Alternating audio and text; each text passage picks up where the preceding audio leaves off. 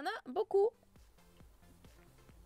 On est dans un abus d'ailleurs, tellement il y a de sorties cette semaine. On vous rappelle qu'on fait ça en collaboration avec Manga Collect, la meilleure application pour connaître ta collection de mangas. Eh, un jour je devrais faire une petite... un petit truc avec une voix off et tout pour Manga Collect, ce serait trop le feu. Donc comme vous pouvez le voir, il y a énormément de titres qui sortent. Alors a priori, mon dieu, mais qu'est-ce que c'est en fait? Je sais pas c'est quoi, tout là-haut. Je suis perdue. Je connais pas, je vais dire que c'est du black box, parce qu'en général, quand je connais pas, en général, c'est black box. Ah oui, c'est black box. Oui, c'est black box là-haut. Oui. Avec oui, Black box. Irène Ouais. et l'autre, j'arrive pas à la détecter. Ah, Regent Story, je me souviens que c'était annoncé par Black Box et il y a effectivement Samurai Troopers. Voilà. Et ah oui, c'est vrai qu'il y a celui-là aussi. C'est Shinjuku Elegy. Avec un titre voilà, qui fait un peu rétro et tout. Celui-là, de ouf. Je veux absolument me le procurer aussi. Ensuite, vous avez quelques titres de chez Delcourt, avec entre autres le 8e fils, le 4e tome. Vous avez également une sacrée mamie, mais ça on y revient tout à l'heure puisque c'est le premier tome, donc on le mettra un peu en zoom. Vous avez Tokyo Revengers, le tome 17, hein, on le montrait tout à l'heure, puisque du coup il y a l'opération spéciale avec le Shikishi, là, tout ça.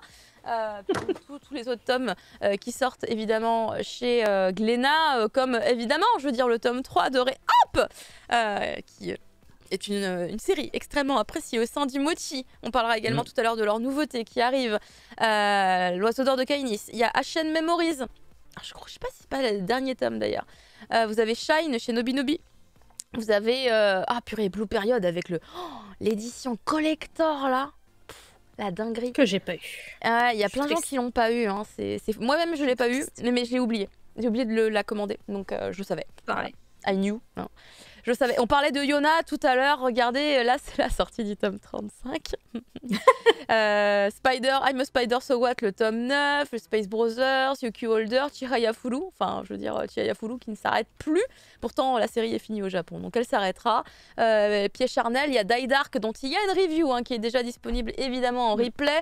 La suite de Saturn Return. Si nous étions adultes 3. Après, on a du Kiyun avec 2 fins de série, dont on reviendra rapidement dessus. Coco, l'île magique, la suite. Vous avez également du côté de chez...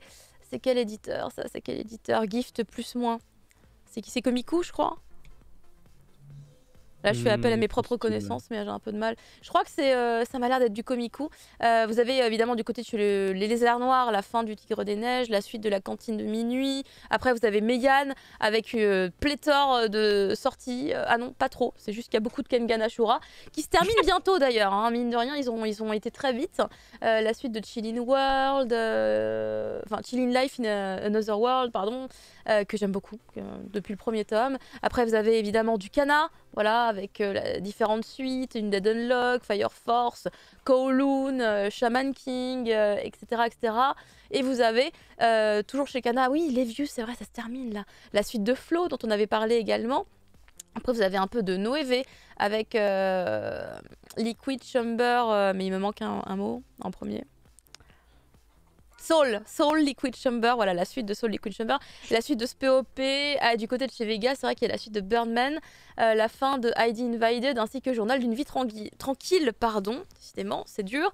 Et du coup, rapidement, de côté de chez Black Box, c'était bien ce que j'avais vu, hein, c'est ce qui m'avait semblé constater. Il y a des fins de série, des one-shots qui débarquent, comme vous avez voilà, l'information à l'écran avec 2 titres qui sont rétro, avec une ambiance un petit peu shoujoesque de l'époque. Je ne vous cache pas que ces 2 titres-là me tentent énormément. Si jamais ils débarquent sur Manga.io ou n'importe où en numérique, c'est Instaboy direct. Ensuite, du côté, donc on disait du côté de Delcourt, voilà, il y a 2 séries qui débutent. 86, dont je pense un ou une des fans de la série nous parlera bientôt dans l'émission, c'est certain. Une sacrée mamie en édition double, puisque c'est une réédition d'un titre qui était déjà sorti. Moi qui ai une mamie, peut-être que je chialerai en le lisant, on verra bien. Du côté de chez Glénat, on vous le disait, voilà l'arrivée de cette nouveauté qui est l'Oiseau d'or de Kainis. Je vous le montre un peu plus en détail. Tadadam. Voilà, un titre alors, plutôt classique dans sa mise en place, voilà, comme ça, avec un petit vernis sélectif, mais très joli dedans, voilà, pour les gens qui veulent un peu se faire une idée. C'est un excellent titre. J'évite de trop en parler parce que si c'est pas quelqu'un du mochi qui fait la review, ce sera moi. Hein, voilà. Parce que bon, des fois je me On va dis. te le laisser alors, on va te le laisser. Bah c'est qu'en fait on s'était dit moins je fais de Glénat et mieux. Ah oui, c'est vrai que c'est du Glénat. Voilà, mieux ça se porte au niveau du conflit d'intérêts que dans ma tête. T'es pas censé en faire. Voilà, mais personne le fait, donc j'ai fait le livre des sorcières aussi, tu vois, puisque personne le faisait, alors qu'il est trop bien. Donc si personne fait l'oiseau d'or de Kainis, à un moment donné, ce sera moi les gars. Hein, mais quelqu'un en parlera dans le mochi, parce que le titre est trop bien. Vous avez la fin de HN Memories, ce titre de chez H2T, c'est le 4e tome, c'est un shoujo un peu fantastique, je crois, un peu comment on appelle ça? Le Covid, hein, c'est le Covid. Punk quelque chose. Non, c'est quelque chose Steampunk. Steampunk, merci. J'ai l'impression, je vois des rouages, hein, tu vois, je vois des rouages et du coup mon cerveau il fait steampunk. Parce que du coup j'ai le premier tome à la maison, je l'ai pas encore testé, mais du coup ça aurait pu me permettre de me faire une idée de l'œuvre. Die Dark, on le disait tout à l'heure, sorti depuis le 16 mars. Quelqu'un qui m'a dit c'est genre la meilleure licence de 2022. Ouais, oh attends, t'as le bouquin. Il est comment la couverture? Oh putain, ça brille de... Oh mon dieu, mais qu'est-ce que c'est c'est? une couverture transparente en fait. Oh mon dieu, Et après, voilà. j'ai jamais vu Là, ça. comme ça. C'est dingue. Oh putain. Ah mais c'est trop kiffant. Ah ouais, Mais non, c'est il génialissime. est vachement bien le truc. Hein. Ah putain, mais je j'essaie comprends de bien mieux mettre pourquoi dedans, tout le mais- monde disait non mais en plus vous avez pas vu le bouquin parce qu'on l'avait pas dans les mains quand on a Ouais. fait la review. Mais incroyable. La Il est dinguerie. très chouette. Merci beaucoup Tanja de nous l'avoir montré. Du côté du chez Lézard Noir, c'est la fin du Tigre des Neiges avec ce 10e volume. Et moi je regarde et j'en suis toujours qu'au tome 1. Voilà, j'ai le 1 dans la bibliothèque.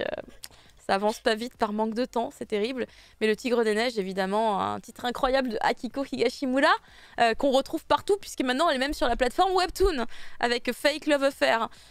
Donc vraiment une artiste de toute manière à suivre. J'espère que quelqu'un dans le mochi aura eu le temps de lire tous les Tigres des Neiges pour faire une critique. Je m'adresse à Prof Isekai aussi de loin puisque je sais qu'il lit beaucoup Akiko Higashimura également. On a également du côté de chez Kiyun plusieurs fins de séries ou de gros arcs, on va dire. La guerre des mondes, qui se termine avec ce 3e volume. Et du coup, les chefs-d'œuvre de Lovecraft, le cauchemar d'Innsmouth, qui se termine avec ce 2e tome. Oh T'as putain, une mais plaque. c'est quoi Alors, t'as encore le cette choix entre dinguerie? deux plaques différentes. Mais- Pour si tu achètes le manga. Mais- Elles sont vachement grandes en plus. Parce que Ah, tu elles vois, sont elles top. sont à la taille du. Elles Elles sont sont à la énormes. taille du. Ouais, elles sont énormes. J'étais très surprise. Elles sont très grandes en fait. C'est en métal? C'est en quoi? C'est en métal génial. en fait. C'est un peu comme celle de. Spy Family? Spy Family, tu vois, mais en plus grand. C'est Putain. encore plus grand. Waouh. Mais ça, Voilà. c'est un goodies parce que t'achètes...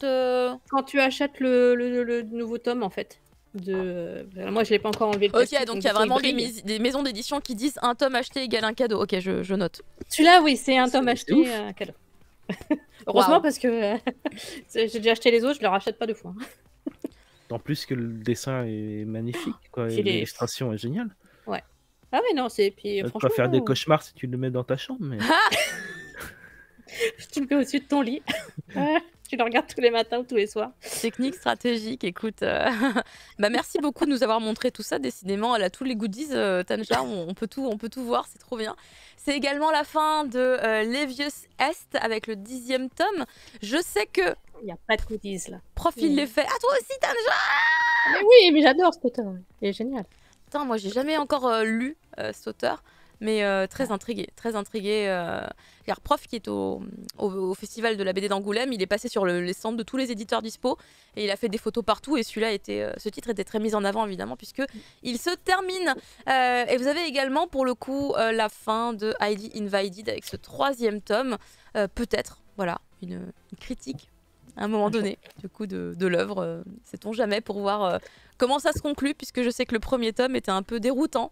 Peut-être qu'avec ce 3e tome, on arrive à une conclusion plus évidente. Je ne sais pas.